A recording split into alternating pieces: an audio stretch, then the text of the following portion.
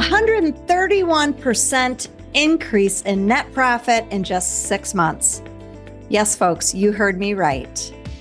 Today's guest comes all the way from Anchorage, Alaska, Brittani Clancy. She is the founder of Fashion Pact, a thrift boutique with a twist. Brittani is a client of mine, and in today's episode, she shares her business concept, how she got started, how she turned a negative net profit into a positive in just 6 months. You are going to be inspired and motivated by her story. You're listening to the next episode of the Main Street Success Stories podcast. I'm your host, Jennifer Koch, a 25-year entrepreneur, and I created Main Street Success Stories to share others' journeys to help you learn, grow, stay motivated, and know that you are not alone in this game called entrepreneurship. I invite you to listen in to my conversation with my client, Brittani. Hello, Brittani. Welcome. I'm so glad to talk with you today. Thank you. I'm glad to be here. So, Brittani, first of all, you have to tell us where you're calling in from. Where do you live? I'm in Anchorage, Alaska.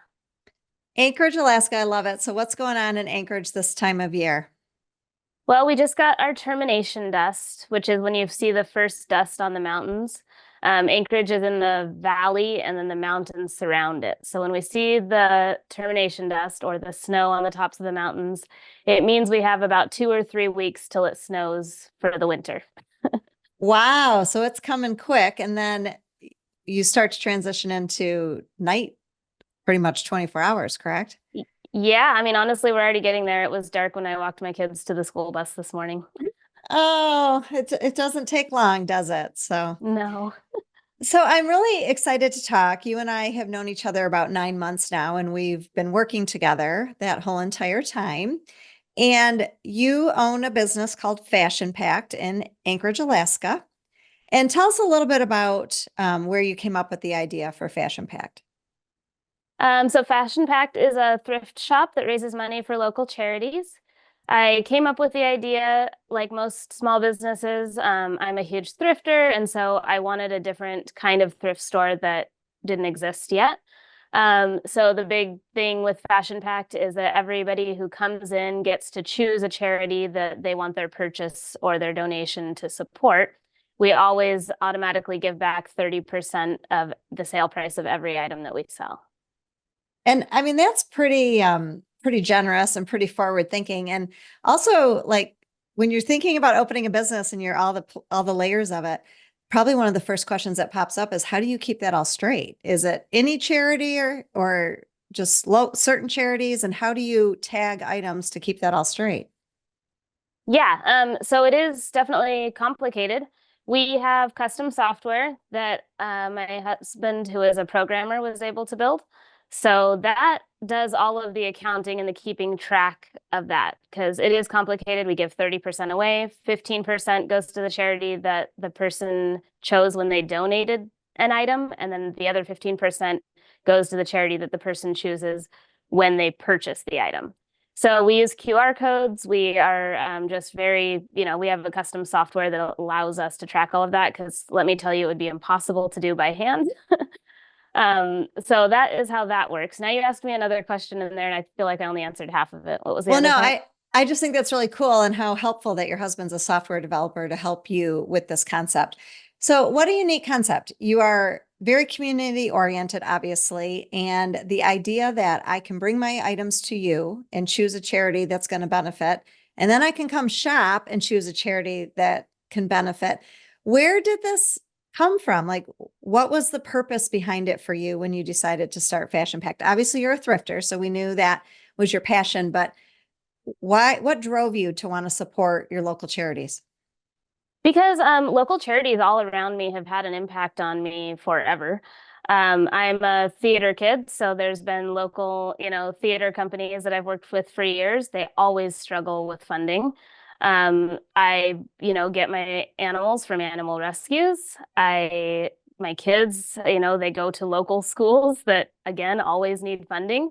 So right now, the way the world works, most thrift stores benefit a certain charity.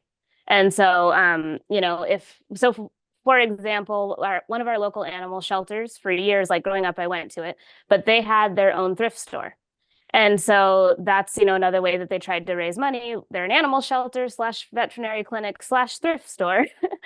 Um, and then they ended up closing it because, I can tell you that the administration and running of a thrift shop is like a whole different thing that completely takes away from the core values and the core, mission that the charity actually wants to do and how they're actually good at serving.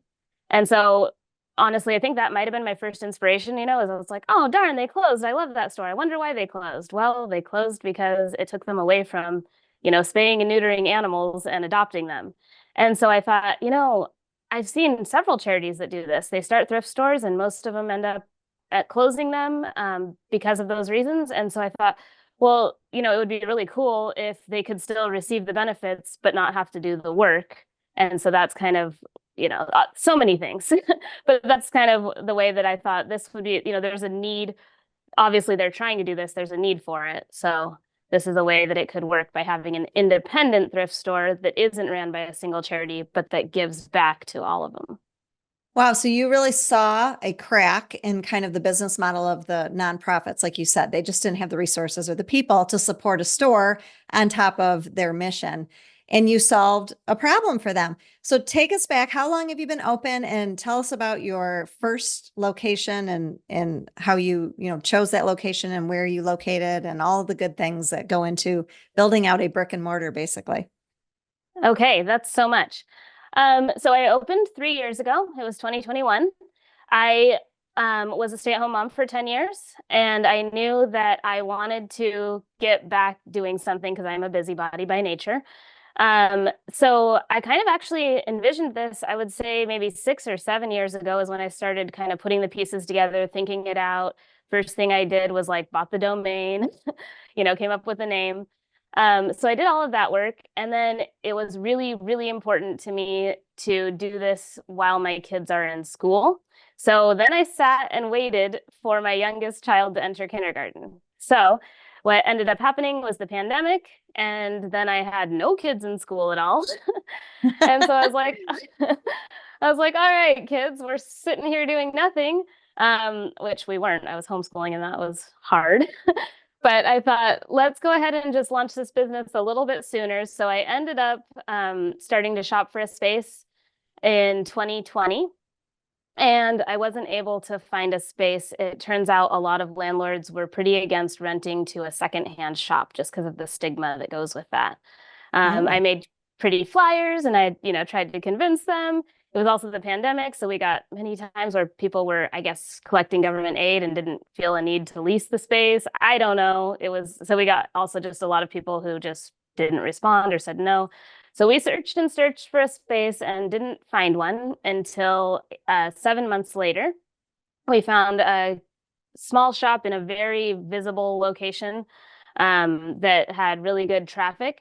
And it was mostly ready to go, which is a big deal if it already has flooring and it already had paint. And so we moved in there. And from there, I remember the first thing I did when we got the keys and got in is I decided to like try to block it out. So I used masking tape and blocked out all over the place where this is going to go here, this is going to go here.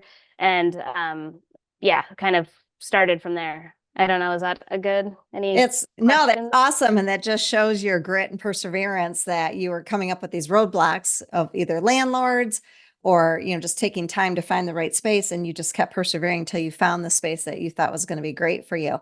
And then you probably just started to have to start marketing, get the word out, I'm sure. And, tell us a little bit about the name Fashion Pact, because that has meaning. Okay, it does. Yeah. So I wanted us to be a thrift boutique, mainly clothes oriented. The reason I chose clothes are because I love clothes, and when I thrift, that's the main thing that I look for. I love wearing something unique that, other people aren't wearing. It's like, I don't know, that's just something I love. And initially I thought that I really wanted to, so I thought that, again, I'm thinking forward a little bit, and I'm thinking how it seems like most people these days buy fast fashion. And so I thought, how are thrift stores gonna stay alive with their prices when people can go buy things, similar that are brand new and not have to hunt and not like it's current on trend now stuff. And the prices are pretty low new. So anyways, I guess, so I decided that I was going to open a thrift store, and that in order to be competitive with fast fashion, we were going to price all of our clothes at $5.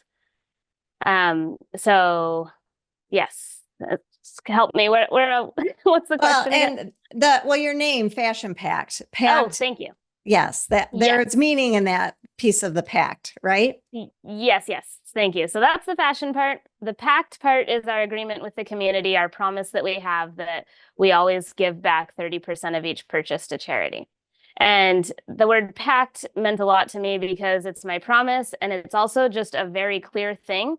Sometimes when people are doing fundraisers or supporting charities or donating at a place, they don't actually know what percentage goes back to the charity, or they don't always know how, I guess, yeah, what percentage or how it actually affects them. There's a lot of people they just really don't know. They know they think that they're doing some good, but they're not sure how it actually works. So for us, I've always wanted to be very transparent and clear of, this is exactly what we do, this is how we do it, and this is how much we give. Which And I so that's love. where the And pact came. you've done so great with your mission. So you opened up your business, you priced everything at $5. You decided that was going to be kind of give you a competitive advantage, make it easy. And then take us through kind of how those first 2 years went for you from opening your doors in 2020 through when you and I met, which was about December of 23. Okay. The first years went well, in that we received a lot of support from our community. People liked the idea. They caught what we were doing. We were on that really busy intersection, which was great. And so we had a lot of visibility. Traffic was slower than I wanted it to be, and profitability was definitely not where I wanted it to be because we were unprofitable the first couple of years. In addition to that, we made an impact with our charities, but I wanted to make more of an impact because I wanted them to be excited about the checks that they got in the mail every month. We pay out monthly. So that wasn't quite where I wanted it to be. And other than that, I don't know. It was interesting because I kind of thought that within a year we would be, not I kind of thought, I 100% thought that within a year we would be profitable, and we would be a huge resource for the community, and everybody would know about us. And that was just not the reality. Honestly, still every single day we get people in who have never heard of us, had no idea. And we're a pretty small town. We're not like huge. So I was just way off the mark on that one. Well, I love how you just shared that. I love that transparency because you're not alone. We start businesses, we are excited about it, we get it. We're the dreamers. And that's not uncommon to have maybe what I would call a little bit of unrealistic expectations because we think, why wouldn't everybody love this? I love this. Why can't I get everyone else on board with loving this? So I love how you shared that. And that's not I just want you to know you're not alone and that's not uncommon. Typically, it takes 3 to 5 years to become profitable. We just, as overachievers, as you are, want things to happen a lot quicker. And also, our society is kind of training us to want everything to happen a lot quicker. So you and I met in December of 23, and you had reached out to me because, like you had just shared, you weren't profitable. You were getting some eyes. The community was starting to know who you were. Your charity partners are thrilled. They're doing, receiving checks monthly from you, but it was a lot of work and no payout. And I Right. remember, when we first started working together, we dove into your P&L. And at the time, you were donating 40% to the charities. And that was the first conversation you and I had about lowering that amount to 30%. Do you remember the fear around that for you? Yes, I do. Absolutely. Again, because it's in my name, this pact, and I had promised the community that I was paying out 40%, I felt like I would be a liar to change that percent. Like I felt like I was breaking my promises. And integrity, it's one of my core attributes for the store, or not core attributes, my mission, one of my mission. Yep. Values, mission. Yeah. Yes, yes, Yeah. my core values. Thank you. Yes. That's what I'm looking for.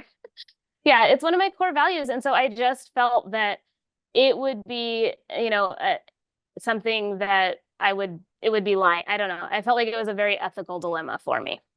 And I really respected that about you. And, a lot of business owners who are listening might be faced with, do I raise my prices? Do I need to change something about, either the payout or all those decisions that we have to make about financials? And it can be really hard, but it really was, the writing was very clear that if we didn't make that change, you might not be in business long where you'd be able to support the charities. So I remember you, getting over that piece of it, that decision, and made the decision to go down to 30%. And you sent a very heartfelt letter, genuine letter to your charities.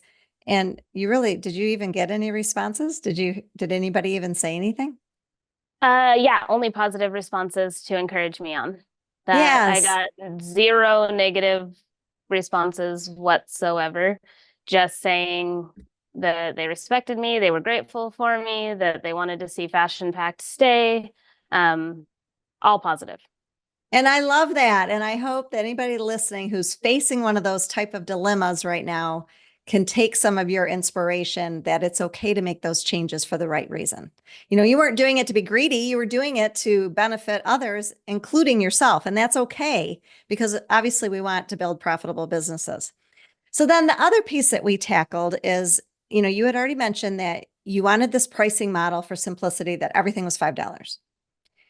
And after, diving into what was going on in your business, you and I came to the conclusion that that's a really tough business model to sustain without a ton of foot traffic. We go low price, we need high volume. So talk us through some of the changes that you chose to make with your pricing. You kind of have your premium items that came out of this, and your regular items, and also you've even made a different pricing change. So kind of walk us through some of the things that came up for you after we decided, it's going to be tough to keep going at everything $5. Okay. Yes. So at the time, I think that I met you, we had a select group of premium items that were more than $5. And I would say it was probably about 5% of our inventory, 5 to 10%, that was priced higher than $5. Everything else was either $5. And at that point, I think I had already made the change too, that we had $1 items. So we had $1 and $5 items accounted for, I would say, 90% of our stuff on our sales floor. And then we had this very select group of stuff that was priced higher than $5. So we decided to, okay, so we didn't go back into that we have the other store. That's right. Right. So to take us back a couple steps, I also have a small location that is only 900 square feet. So it's about 20% the size of my other store.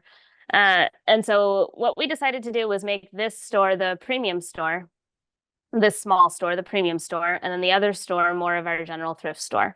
So the premium store, we specifically, which you walked me through, going through and finding like an exact target market who would appeal to this smaller store.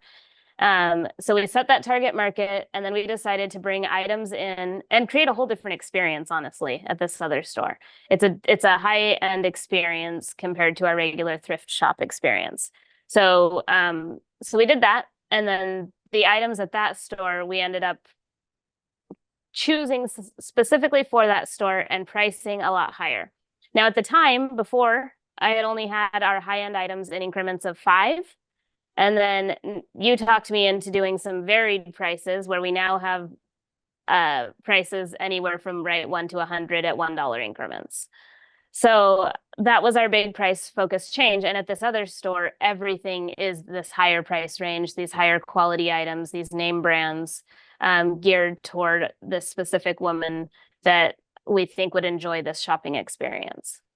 And when we say higher price, there's still thrift pricing. I mean, your premium location has high-end brands like, North Face and all the higher end brands, but at a fraction of what they would pay at retail.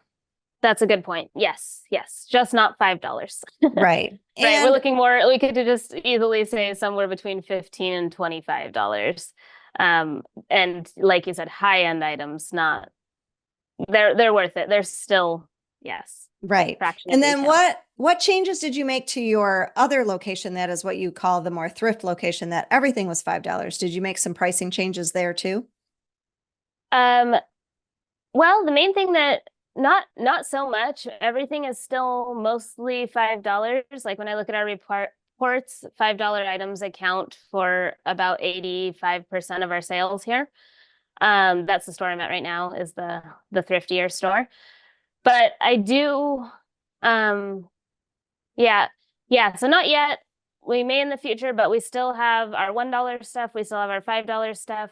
We do have some higher priced items that don't fit the target market that we're going for at the boutique store. So if we have men's or kids premium items, they'll be higher than $5. They're here. And then we do price more items just at like $10 here that are they're a step above the regular $5 price point. And we also use this store as our clearance center for the other store. So when items don't sell there at the higher price, then they just come over to this store and at their lower price at $5 and we sell them here. Okay. So we started out in a negative profit and you Uh-huh. made the changes to the contribution, which is what you could almost call your cost of goods sold. And then you Yes. made changes to your pricing model by having this premium location and your thrift location. And then the third kind of key step that we did in our first 6 months together was really looked at your marketing plan. We talked about obviously social media was always something that you were doing. You're really good at it. Your staff is really good at it. But we also talked about how can we get our charity partners more involved? You started having in-house events like pop-up events at your locations to bring some traffic in. You're also very connected in your community and you're going out and doing events. Anything else I'm missing? I love your coupon idea. You want to tell us about your coupon idea that you sent for teacher appreciation? Oh yeah, for sure. I'd say the biggest part of the marketing plan that I think you helped me with was in the beginning, we really dug deep into what Fashion Pact is and what appeals to it for people. So I think it was just a whole layer. Like I had written a business plan, but it wasn't something that I had figured out. You walked me through appealing to emotion and really delving into who that customer is. And I ended up redesigning my website and most of my marketing tools as I needed to, like especially the print ones and stuff.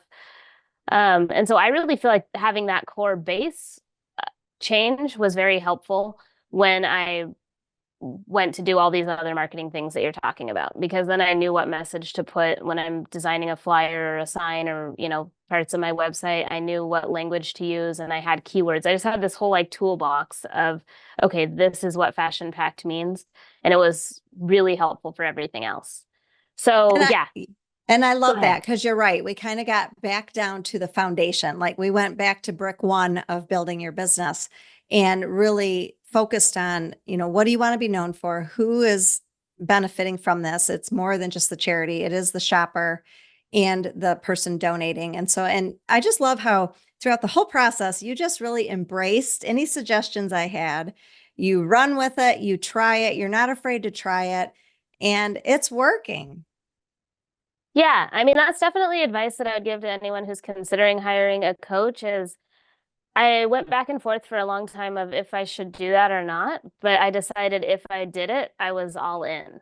So I wasn't going to ask for somebody's advice because I'm not figuring it out on my own and then not take their advice. But at the same time, it's definitely pushed me out of my comfort zone several times.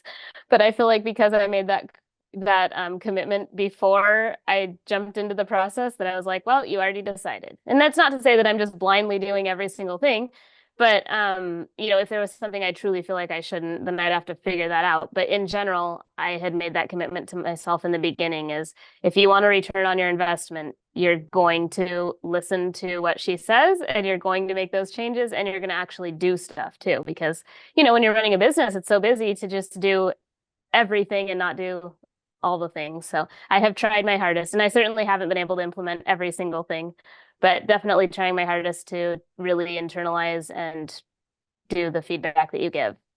Well, Um, I So appreciate that. And, my role is to really guide you because you know your business best. But my role is to guide you and, yes, push you out of your comfort zone a little bit. And I can tell you from my lens, I've been watching you grow, not only your business, but professionally, personally. I mean, it's been just really fun to watch. And what's been exciting about our time that we've worked together is the turnaround. When we first started working, you were in the negative double-digit profit. mhm. And we have grown that profit, or you have grown that net profit 131%. You are now profitable. How does that feel? It feels like such a weight off my shoulders. Oh, I love that. It was really, really dark and depressing to be turning a negative profit for over, it was multiple years, and it's really hard to stay motivated and it's hard to see a future. I needed that, I needed the positive profit to give myself validation that what I was doing would stick around. Because if you're like, well, at any point I may as well call it quits because I'm not making any profit, it's just not motivating at all. And so now that I have received that validation that this can function on its own, it can be a standalone, it can turn a profit, then that makes me excited and want to grow further. Because honestly, Fashion Pact is something that it's a new concept. I don't know of anyone else doing it, and it can bless communities all over, if it's able to grow. But it's not able to grow if it's turning a negative net profit every month. And that's So. what's exciting is now you are creating a business model that, like you said, you could now maybe share to other communities and get other people involved in this concept and in Fashion Pact, which is super exciting.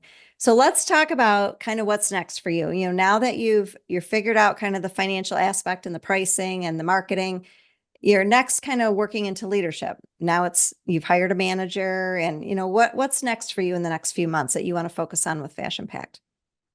I'm definitely planning just to tighten everything up. I want to have systems, procedures. I want to have a great team, which I already do. I have a wonderful team. Mhm. Um, but I want to also help them grow because the way I was feeling about Fashion Pact is potentially the way they could feel. They may want to grow and gain more skills. I definitely want to grow as a leader. And so that's definitely the next step is just refining everything because it's still new to us, this making a profit thing. We had one of our first like team dinners where the whole team went out to a dinner to celebrate us making our goal for the month. And so that was really great. And my team actually loves spending time together, and I love spending time with them. Anyways, it was just a really neat experience that we haven't had before because I couldn't justify, frivolous things. Things like that felt so frivolous before when you're turning a negative profit every month. So Oh, yeah, definitely looking forward to just getting better at what we do. well, and I have no doubt you will be getting better at what you do because you are a go-getter. You have a huge heart. You're a mentor for your staff. And I'm just so excited. And thank you for allowing me to be a part of it. Oh yes, thank you. And you are a big part of it. I can tell you I never ever would have changed out our payout percent without that confidence that you gave me and the outside perspective of somebody completely objective. Because, if my husband told me, like, you can change your payout percentage, I'm like, that's just because you want me to be less stressed out. Right. So I really, really, it's so helpful to have that sounding board and that objective person who can look at all the circumstances. I was able to really trust your input because I know that, you're able to look at it all and tell me the honest best decision that I couldn't see that because, of my of me being directly in it and my fear of disappointing everyone and whatnot. So, Well, sure. No, thank you for that. That's so nice to hear. And I just have to say, we have to share one more thing. You hit a pretty big milestone with the dollar amount of donations that you oh have yeah. given to your Alaskan charity. Yes, yes. Just recently we passed $250,000 donated. So again, that's a big validating milestone because I think that wow, through what I've created, we have raised $250,000 that has went directly into the community that I live in, making it better, helping everything from the dogs to the kids. The I cancer, people with cancer. I mean, like the list just goes on. There's so many various charities. And so that definitely is a huge milestone because it is just a milestone. So I'm really looking forward to that number growing bigger and bigger and making a serious impact in our community. It just struck me the other day that some of our first nonprofit partners have gotten a check from us every single month for 3 years now. And so that's so cool. And you ask anybody in nonprofit, and that reoccurring revenue, that donation that you are giving them is so impactful for them. So you are just a fun, inspirational story, how one person with a cool idea can make a huge difference. So thank you so much for sharing your story. If somebody wants to learn more about Fashion Pact, where should they connect with you? We're on social media and Facebook. So it's at Fashion Pact Resale, PACT. Sometimes it sounds like Pact, so I always like to clarify that. And then our website is fashionpact.com. Awesome. Well, thanks, Brittani, for sharing your story. And I know this is going to be fun for others to listen to. And I'm excited to continue to watch you grow and hit that next milestone of charity donations. Isn't Brittani just a delight? You know, when her and I started working together, it was so apparent that she had drive, had a lot of belief in herself. But even bigger than that was the belief in her community. She really wanted to make an impact and make a difference. And that's not uncommon. A lot of us business owners, that is why we chose to get into business. But what we found is sometimes it's hard to make decisions when you're inside the box. You know, I love the analogy that it's hard to read the label when you're inside the jar. And so when she reached out to me over 6 months ago to work together for me to help her become profitable, I was able to bring in that objective view, help her with strategies, and just really guide her to make some decisions. And she was so willing to try new things, and it's paying off. I mean, what a huge change in her net profit. And now the sky's the limit. And I love how she said that when you become profitable, it does more than just help your financial picture. It helps you, gives you validation, gives you confidence to move forward. So now she's set even bigger goals for herself, and I cannot wait to watch her get there.